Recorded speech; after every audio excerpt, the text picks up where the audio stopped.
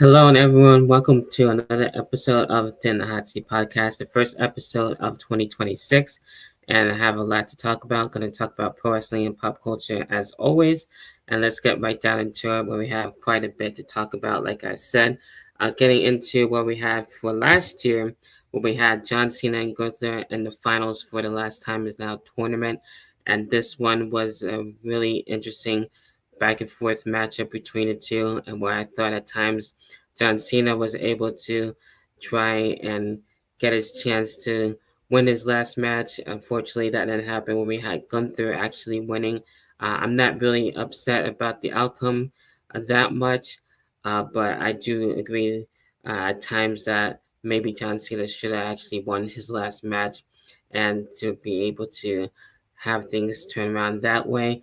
But that wasn't the case. So Gunther actually winning makes actually a lot more sense, and to have him as a monster here, we could see him face other people now and go after probably the world title, probably most likely. So I can see that happening for Gunther. I do see John Cena definitely in the Hall of Fame for sure. That would be well worth it to see him be in the Hall of Fame. I think that would be well deserved there. So those are my overall thoughts on that. Also, most recently on NXT, getting to NXT side of things, where we had the North American Championship on the line between Thea Hale and Blake Monroe. And this one, where we saw Thea Hale actually getting the North American Championship away from Blake Monroe. I thought she was going to be able to keep the title a lot longer for Blake, but that wasn't the case. And Thea Hale actually gets to keep the North American Championship, and it looks like she'll be champion for quite some time. I'm sure maybe Blake Monroe will actually either get the North American Championship or maybe get called up to the main roster. Who knows? That remains to be seen.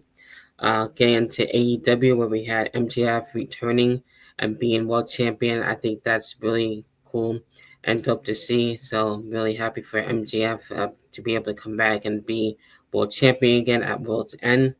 Also, where we had some returns or debuts, if you want to put it this way, where we had Trick Williams actually show up on SmackDown.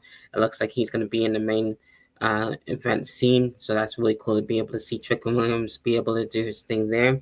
And also, where we had Matt Cardona actually coming back as Matt Cardona and that Zack Ryder.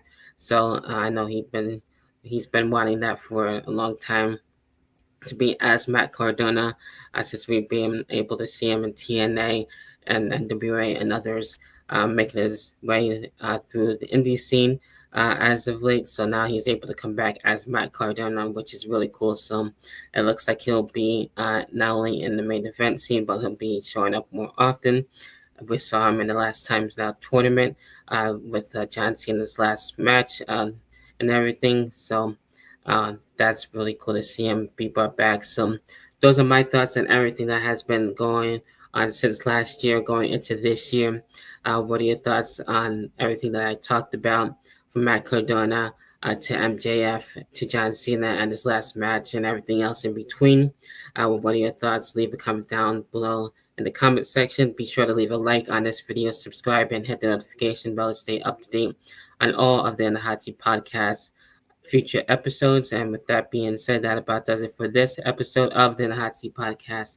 I'll catch everyone next time, whenever the hell the next video may be. Until then, I'll catch everyone next time. See ya.